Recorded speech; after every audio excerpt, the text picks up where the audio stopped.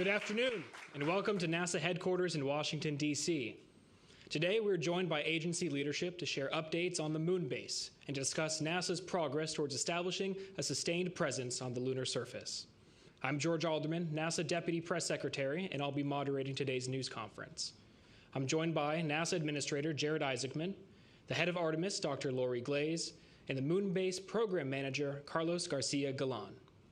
We'll be taking questions both in person and through our phone bridge, so media interested in asking a question, please press *1 to enter the queue. Today's briefing is focused specifically on the moon base, so we ask that questions remain within that scope. And now we'll begin with opening remarks from our speakers, beginning with Administrator Isaacman.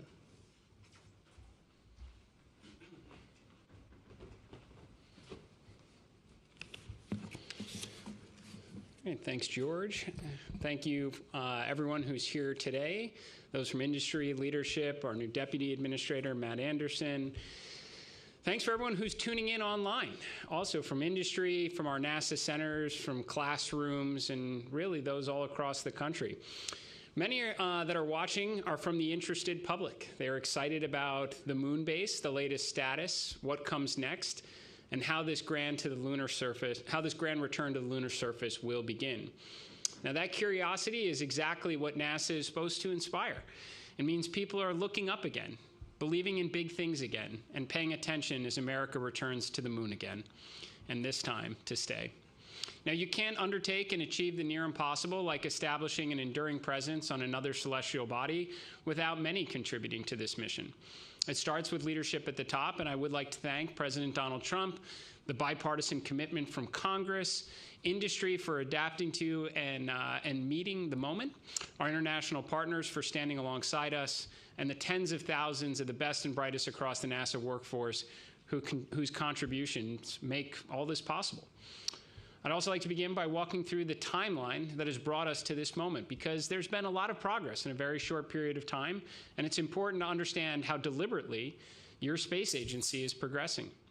On December 18th, President Trump signed a national space policy that reaffirmed America's commitment to leadership in space, to return to the moon, establish an enduring presence, to build the moon base, to invest in the next giant leap capabilities, to ignite an orbital economy, maybe even the foundations of a lunar economy, and launch extraordinary missions of science and discovery.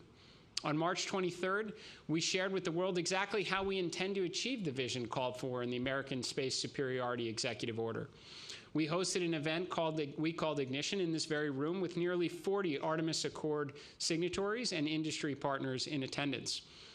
Then on April 1st, we took an incredible step in the right direction when the clock hit 0 and Artemis 2 got underway on an epic test mission of science, discovery, and integrity, bringing the amazing crew home safely to Earth just 10 days later.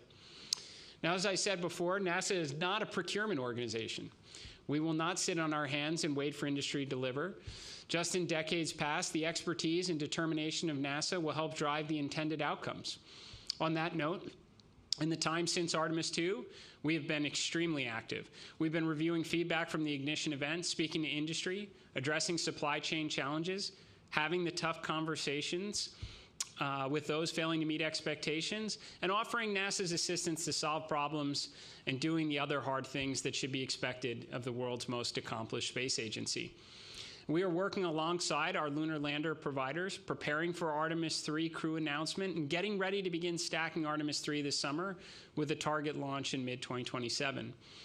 Across the agency, our astronauts, controllers, and principal investigators have been completing great science on the International Space Station. We've been flying more X-planes. We've been formulating the next X-planes. We've been getting ready for the Nancy Grace Roman telescope, ready to launch this summer, and welcoming, again, a new Deputy Administrator with Matt Anderson.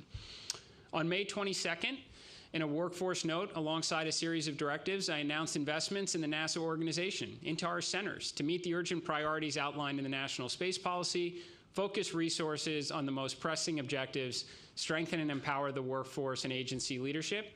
And today, May 26th, we're very pleased to update you on some of our progress. America is returning to the moon. We are working alongside our many international and commercial partners to leverage the incredible capabilities from commercial industry to build a moon base. For all we hope to accomplish in this endeavor, what we are embarking upon is extremely challenging, and we know so little from what is a combined 80 hours of lunar astronaut EVA time across the Apollo missions, and that was more than a half century ago. So we are not jumping right into the glass dome moon base as a service. As we announced during the ignition event, we intend to take an iterative approach, sending a demand signal to industry for a lot of landers and rovers and tech demonstrations and all the scientific payloads these missions can accommodate. We are leveraging the NASA playbook from the 1960s, figuring out what works and what doesn't in this epic science of survival, because the moon base is as beautiful as it is hostile. In sunlight, the surface can heat to over 250 degrees. In darkness, it can drop well below minus 200. In the permanently shaded craters, areas of great interest that have been untouched by sunlight for millions, even billions of years, temperatures can fall well below minus 400 degrees. There is no atmosphere to moderate these extremes, no protection from radiation and solar particle events, and the surface is exposed to meteorite impacts, including the kind of light flashes the Artemis II crew observed from orbit. Recognizing this reality, I'm often asked why we send our astronauts into such harsh and dangerous and unforgiving environment of space or the lunar surface, and at such great cost. And we go for the technology we will pioneer to get there, the science and all that we will learn that will make life better here on Earth, to advance humankind on this great adventure, to inspire the next generation to do it better than we can, and to be very clear, to master the skills for where we will inevitably go next. I want to acknowledge the speed of the NASA Moonbase team and all those that are supporting this effort alongside industry to bring us to these announcements. So we are discussing 3 Moonbase missions and a series of additional awards with more missions to be announced in the months ahead. Now, Moonbase 1 will be the first privately funded lunar lander mission in history. The Blue Origin Mark I Endurance lander will deliver multiple payloads to the Shackleton Connecting Ridge, a strategic area of the lunar South Pole. In addition to flying 2 NASA science payloads, SCALPs, a lunar retroreflector array, the mission objective is to demonstrate critical capabilities that reduce risk for the human landing system missions.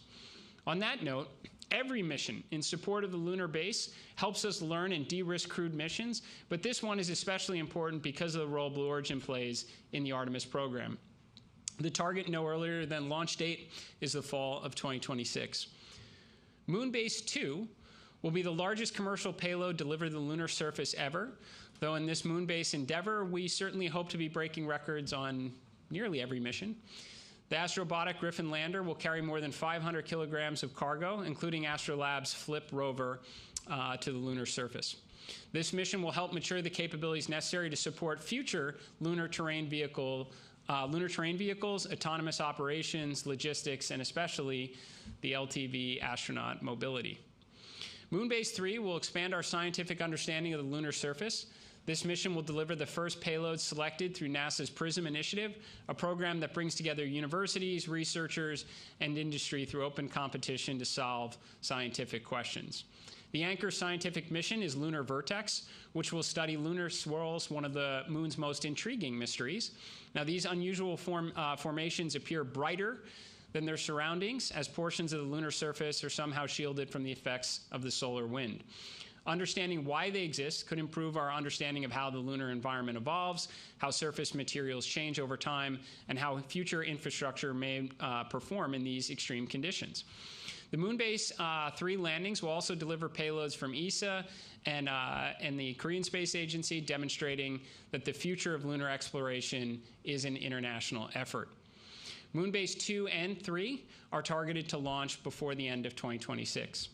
Now, these represent the first of more than a dozen missions we expect to announce through the balance of this year as we return, build the base, and never give up the moon again.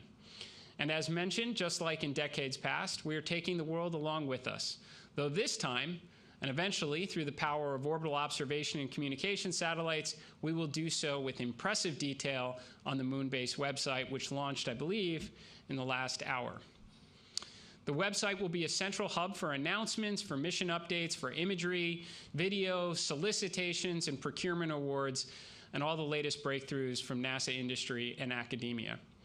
Now, just as the world paused to take notice of Artemis II and its historic mission, this website and all the associated moon-based missions will inspire students, instill curiosity, promote internships, and encourage them to work in industry as scientists, engineers, pilots, and astronauts to build hardware that will go to the moon and to control it from Houston.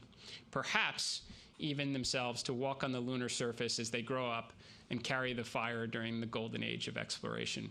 So for those waiting patiently, the grand return is close at hand, and we will not slow down. We are moving with the competence and the purpose to accomplish the missions that only NASA is capable of achieving, and we are really just getting started.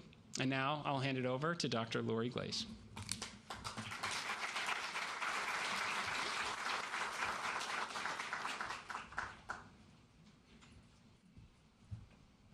Right. Good afternoon. It's good to see everyone here. Wonderful to see all of our colleagues and partners here today. Thank you so much, Jared, for setting the tone of what truly is a pivotal moment for human exploration. We have several exciting announcements ahead, including new awards and new partnerships that will accelerate our progress for Moonbase. But first, I do want to talk a little bit about the foundation that makes all of this possible, and that foundation is Artemis. The incredible success of the Artemis II mission has taken NASA from proving what is possible to making the extraordinary routine. Just last month, humanity returned to deep space. And I know Jared already mentioned this, but I'm going to take a few more minutes to talk about this. Artemis II is not only a historic journey, it was a comprehensive test of NASA's capabilities as we push farther from Earth. The Space Launch System delivered our crew to orbit with precision. The Orion's life support systems, navigation, communications, camera systems, and heat shield all performed well. Each of these successes validated the technologies and processes we'll rely on as missions become more ambitious and more complex. Where the systems didn't perform as expected, we gained important information to help us improve on future flights. But Artemis II also validated something just as critical: how humans, science teams, and mission operations work together in deep space. This mission gave us real-world data about how our astronauts live, work, communicate, and adapt outside of low Earth orbit, knowledge we can't perfectly simulate on the ground. Artemis II gave our operations and science teams the opportunity to collaborate in real time, practice integrated decision-making, and refine the workflows that will guide lunar surface activities and eventually our path to Mars. While Artemis II carried out significant scientific observations, the mission's science was fundamentally about enabling exploration. The crew served as both scientists and test subjects. They helped us understand how to collect data, operate safely, and coordinate crew, flight controllers, and science teams to accomplish our objectives. The human research and biological and physical sciences data they collected will help us better understand how humans respond to the deep space environment. And the stunning imagery and observations they returned of the Earth, of the moon's near side and far side, of impact flashes in the shadow of the lunar eclipse, all were as much about improving our operational readiness as advancing scientific knowledge. These moments remind us why we explore: to inspire, to learn, and to push human presence farther than ever before. The crew captured the iconic Hello World image of Earth from Orion, revealing once again just the beauty and fragility of our home planet. They photographed the moon beyond Orion's solar arrays with Hello Moon, marking the beginning of humanity's return to deep space. And as they passed behind the far side of the moon, they helped us practice vital science processes that will shape future missions: observation, documentation, interpretation, and teamwork across thousands of miles. Artemis II proved that NASA is ready for the next step. And that next step is coming fast. Artemis III will conduct critical integrated tests in Earth orbit, including rendezvous and docking with our commercial partners and commercial landers. Artemis III hardware, from the SLS core stage to Orion's modules to lander partner systems, is moving into final integration flight readiness development. And Artemis 4 and 5 hardware is already flowing to the Kennedy Space Center from other centers and partner facilities around the US and the world. We're moving toward the cadence necessary for a sustained deep space program, steady, accelerated, and continuously learning as we prepare to return to the lunar surface. And that then brings us to the future, Moonbase. Moonbase will be home base for our Artemis crews and will encompass long-duration stays, expanded robotic and human capabilities, and an enduring presence on the lunar surface. Everything we tested and learned on Artemis 2, the systems, the teamwork, the operational tempo, feeds directly into our ability to build a sustainable foothold on the moon. With Moonbase, Artemis astronauts will stay longer, explore farther, and conduct the kinds of science that advances exploration itself, understanding how humans operate off-world, how we build infrastructure, and how we prepare for Mars. As you'll hear from Carlos in a moment, only 2 months after ignition, we are already taking concrete steps through new procurement awards and new partnerships to turn this vision into a reality. We are building humanity's first outpost beyond Earth. Through Artemis we are going, and with Moonbase, we're going to stay. And together, NASA, industry, and international partners, we are creating a future where exploration is not just an incredible moment in history, but the first foothold beyond Earth for all of humanity. So with that, thank you, and it is my pleasure to hand over to our Moonbase Program Executive, Carlos Garcia-Galan, to take you through the next steps in building the Moonbase.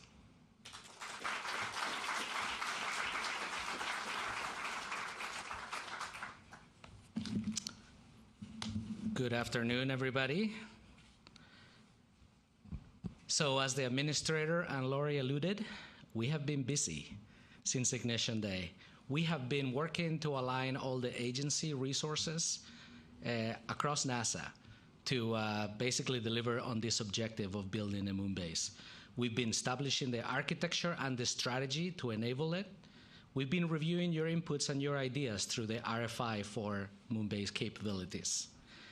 We have been visiting industry and going to centers across NASA to, number one, share the vision and talk about it, get your ideas, and also see what capabilities are out there that we can use as tools to develop this. We have also been working on the solicitations that we projected and broadcasted during Ignition Day, which is what we're going to talk about today. If you go to the next chart, I'm going to give you a little bit of an outline of the things that we're going to be doing today. First, we're going to start where we left off, talking a little bit about the phase objectives and the assets that we're going to be talking about and discussing milestones for. Then we're going to talk about key phase 1 milestones with awards for landers and lunar terrain vehicles and moonfall carrier spacecraft. And then we're going to talk about what's in the lunar horizon in the short months ahead. So let's get started. This is a chart that kind of describes the vision that we delivered during Ignition Day. We envision the moon base to be hundreds of square miles with different assets, all building up to the objective of permanent lunar presence on the moon. To get there, we're going to break it up in phases, and phase 1 has already started. From now through 29, we're going to work to make sure that getting to the lunar surface is a high reliability endeavor. Many assets we can deliver there. We're also going to test and experiments, the science of survival, as the administrator said. We're going to experiment on the things that we know are ahead of us that we're going to need to build a permanent infrastructure, which is happening on phase 2, and then permanent habitation on phase 3. To do this, we're building and working on many different systems, from transportation to mobility, and we've broadcasted a pretty high cadence of missions that will help us to get there. Phase 1, for example, will have 25 launches, 21 landings, and we're planning to deliver about 4 metric tons of cargo to the surface of the moon. And we want to graduate from that to 60 metric tons to 150 by the time we get to phase 3. If you go to the next chart, when you think about the lunar surface and the endeavor of building a moon base, is going to be extremely hard. And it dawns on us every day how little we know of the lunar surface. We did the Apollo program, we've had lunar probe, we've had robotic spacecraft that have gone back to the moon, but we have explored very little. So we envision multiple assets, those 21 landances, to deploy many types of assets in different areas where we have objectives for science, or we think it's a good place to develop the moon base. We're going to have landers, small and medium class. We're going to have constellations of satellites that will enable communication, navigation, pointing, observation. We're going to have rovers and LTVs, and also we're going to have drones. So, to talk about all of those assets, we're ready to make the first major award. And that is, something we advertised during Ignition Day, is for the LTV delivery landers. Through CLIPS program, we requested task plans for delivery of one or multiple 1 metric ton class NASA payloads to the South Pole region. In the base period of that task order, we'll basically ask the vendors to finalize the mission design, integrate and develop the integration plans, execute long lead hardware procurements, design and test the payloads, and demonstrate the compliance of the payload delivery system to the surface. Then in subsequent options, if everything goes well, they will build the lander spacecraft. So, the long-awaited moment for the delivery of all the LTV awards that we're going to announce today, NASA has selected Blue Origin.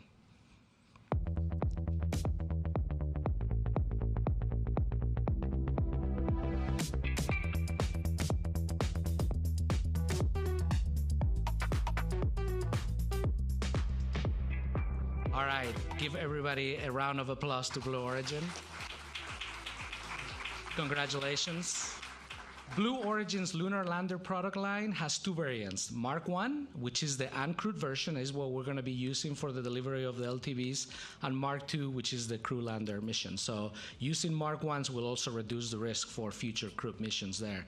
Mark 1 is the same type of vehicle as Endurance, which is featured in Moonbase 1, the first mission to the lunar surface. Mark 1 type of spacecraft is also going to deliver the Viper rover later in the fall of 2027. So congratulations, Blue Origin, and we are looking forward to this partnership to deliver the first lunar terrain vehicle as part of Moonbase program. Thank you very much and congratulations. So now we get into the awards for the lunar terrain vehicles. In this case, we're going to award 2 of them. As the lunar roving vehicle during the Apollo program, the LTV will give astronauts the ability to further conduct scientific research around the moon. But it's going to do a lot more than that, because in this case, we need it to work all year round. We need them to be on the surface doing things that basically prospect the surface, scope around to potential landing sites, or go to areas of deep scientific objectives. So the LTVs we're going to announce today are both crewed and autonomous rovers. They're a mix between the Apollo lunar roving vehicle and a Mars-style rover. The LTVs will have a mass of about 1 metric ton, or a little bit less than that, and will have to be in a configuration that is kind of compressed to be able to fit on those landers. Each one of the vendors is going to do that in a different, ingenious way. They're designed to traverse about 200 kilometers from where they're dropped off, which is 4 times greater than any rover has ever traveled on the moon or Mars. They can be telerobotically operated by people on the ground. They can work autonomously, and of course, when we have human crewed missions, they'll be driven by the humans. These things can go up to 10 kilometers per hour and go up and down slopes of like 20 degrees. So I'm going to get ready to announce the first LTV award winner, and that is Astrolab. Congratulations.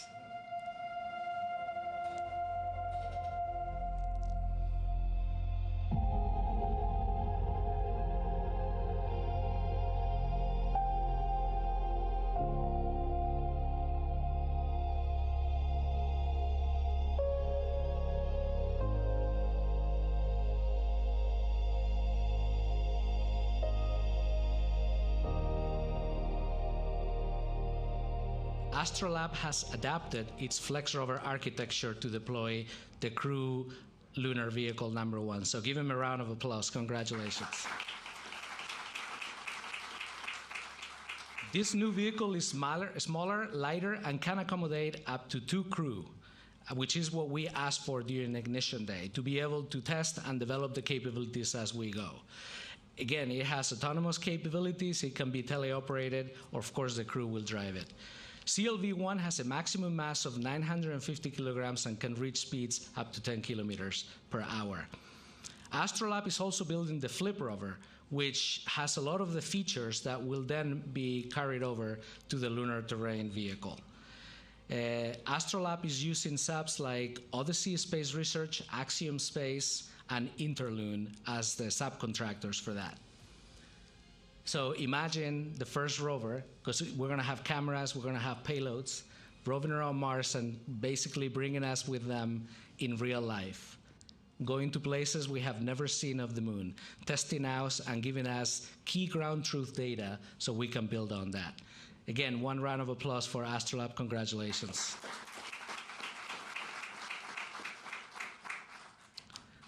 The second LTV provider, which I'm going to announce now, is Lunar Outpost.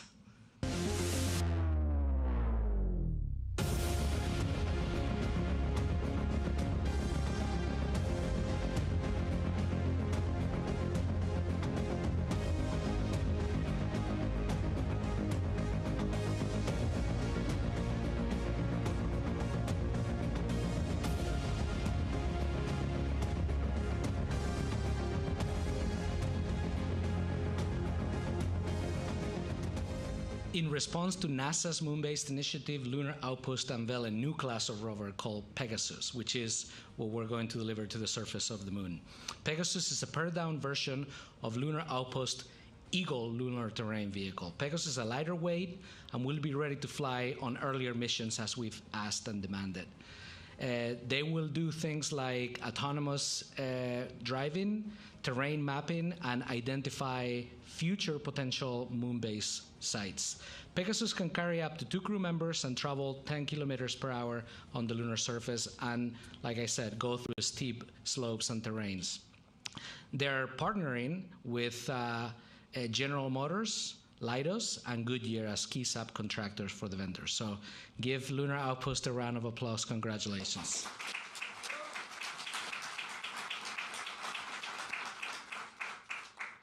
These awards are incredibly important to the next steps of phase 1 because we have to be able to move around the surface and start looking and gaining the knowledge we need to build up on the moon base. Part of that also is Moonfall, which is the lunar drones that we advertised during Ignition Day. Moonfall is the first lunar drone capability that we're going to have, and it's going to accomplish different objectives. The first is demonstrate the technology. It is going to be the first robotic mobile platform with the range to quickly explore sites interesting at the lunar South Pole. Like the administrator discussed earlier, the variances in lighting, thermal gradients are gigantic on the lunar surface. And we basically have a range of like 1 meter dedicated information on the different areas we want to go to. So in that 1 meter, if we're wrong, or if we're off a little bit, those ranges of 400 or 500 degrees in temperature can be a key aspect that we need to overcome. So these drones will allow us to go, cover a broader range of areas that we prospect and get background truth. It can demonstrate the ability to take off and land in multiple locations with precision under South Pole lighting conditions and terrain features. Also, it will utilize available electronics so we can develop them quickly and deploy them where we need. One of the key things that we want to put on these drones is survive the night technology. So not only can they accomplish the mission, they can hop, go to multiple locations, but they can also survive the long lunar nights. So when they get sun again, they can serve a permanent objective wherever they ended up at. It could be observation, it could be communications or something else.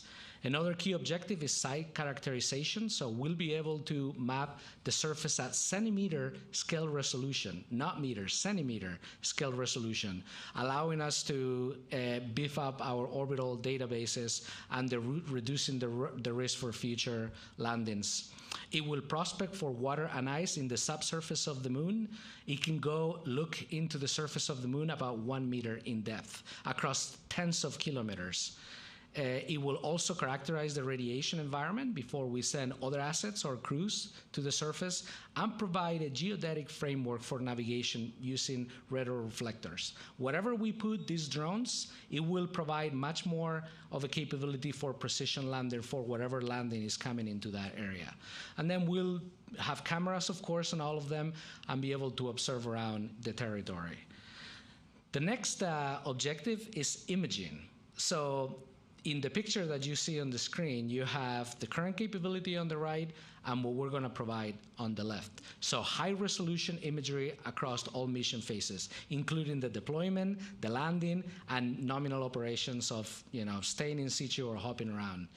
It will continue image collection during extended mission, and it will analyze different sites for unprecedented detail and basically allowing us to build our understanding of soil mechanics, the terrain, the lighting conditions in situ of wherever we want to go.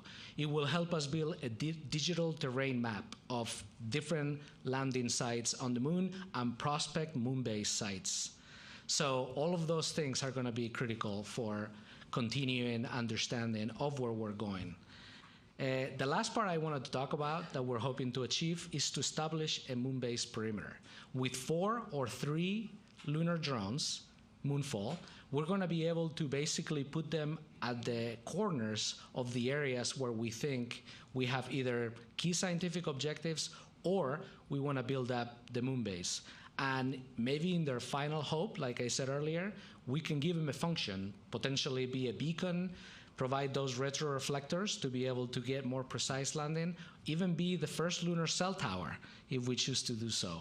By coupling the survive the night technology with different instruments and of course cameras for observation, it'll give us a tremendous capability. And like I said, for phase 1, Moonbase is just a demonstration of capability. We hope this will work out and we'll be able to evolve that capability. I'm picturing the future of Moonbase where we're starting to plan areas where we're going to send the crews or rovers to robotically go to a specific crater or area of interest. We can deploy these drones. Some areas we can even reach with lunar terrain vehicles or rovers. So this could be a critical capability to allow us to get to those objectives.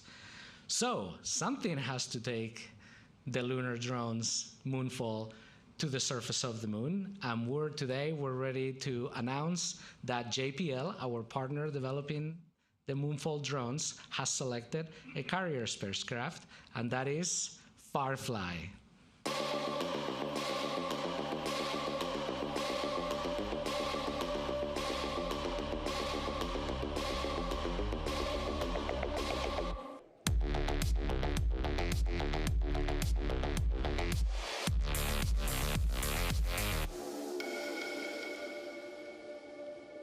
All right, congratulations. Big round of applause for Firefly. So Firefly is going to build a version of its Elytra dark orbital vehicle for this mission. Firefly's first vehicle is built on the same systems that successfully landed and gave us that mind-blowing video of reaching the surface of the moon. That was the CLIPS Blue Ghost mission that flew and successfully landed last year. They're working with JPL on the part of the mission called Cruise, Deorbit, and Braking Stage. So the Elytra vehicle will basically carry the drones from Earth into lunar orbit, then slow down, and at a certain altitude, it will deploy 4 or 3 drones that will then take the mission on their own hands. They'll finalize the landing. They'll land probably about a mile apart from each other and carry on from the mission there. This is a very exciting mission that you can see a picture of the carrier vehicle there. We can't wait to get started and actually see these things deployed. Congratulations, Firefly, and glad to partner with you guys on this. All right, so we're done with the award announcement, so a big round of applause for all of you.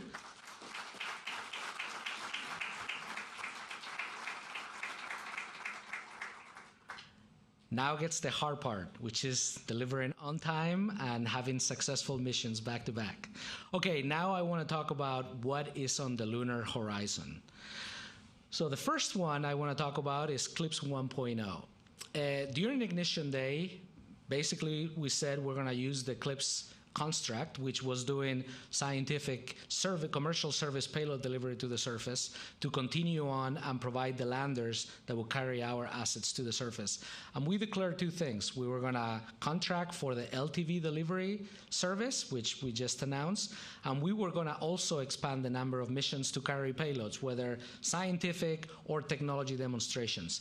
Those announcements are coming back and coming up in June. So stand by for that, and we're going to declare the award winners for several of those missions to add to the Moonbase portfolio.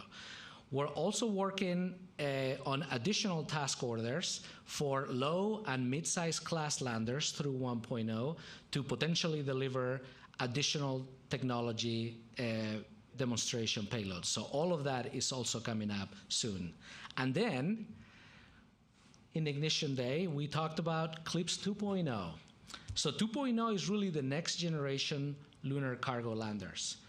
We are accepting proposals to that June 30th, and early in the fall or even late in the summer of 2026, we'll announce the companies that are eligible to participate on that. And it's going to be a very quick turnaround between making those vendors eligible to when we start contracting those missions. CLPS 2.0 is built on the successes of CLPS 1.0, but we're giving ourselves more flexibility. There's going to be ability to do tax orders on end-to-end service. There's going to be ability to basically just buy a lander and be able to couple that with launch service and also technology demonstration payloads, which we may procure or build on our own, and we'll be doing the integration of all of those missions in-house. Again, full end-to-end service, in-house, or a combination of. And we're going to be using that and advertising providers eligible and missions through CLPS 2.0 with the next generation landers pretty soon in the next coming months. And then one of the things that we were wanting to do pretty fast is basically establish the architecture, set the priorities for the technology that we're going to need in phase 2, and then map that to the tech demonstrations that we need to do in phase 1, all these landers we're just talking about. We've narrowed the field of things that we're interested. There's many things that we need to perform, including survive the night and all of those things, but we really want to focus on developing the mid-sized cargo delivery. This is going to be accomplished through CLPS 2.0. Initial power infrastructure. We're talking about solar and potentially nuclear, also smaller components for surviving the night. We're looking at 2 to 15 kilowatts of power generation, up to 20 kilowatts potentially if it's a nuclear system, and hundreds of kilowatt hours of storage capacity. We're also wanting to explore initial cargo mobility and logistics, which is going to be a huge key element of permanent habitation, and then Pathfinder habitation missions. We have 2 BAAs today across the agency, not just Moonbase, which are soliciting ideas, and we'll be using those to take proposals, not for studies, but actually building hardware. The study is going to be put the thing on the surface, test it out, learn from it, and then actually graduate that to be a permanent part of the architecture. So that work is going on now. Okay, that was a lot. So this wraps up the first Moonbase status, where in just 2 months, we've covered awards for new landers, lunar terrain vehicles, and moonfall carrier spacecraft. Soon, we will be statusing progress on the additional landers. Like I said, we'll also be going to be talking about international partner contribution agreements, which we're actively working on. Awards for technology demonstration missions, and the selected companies to build the next generation landers. As Artemis II showed us, literally, we're just a tiny body in this universe. But we're in the business of expanding our horizons, doing the near impossible, building the Moonbase. We're making history together. Thank you very much. And now we're going to transition into the answer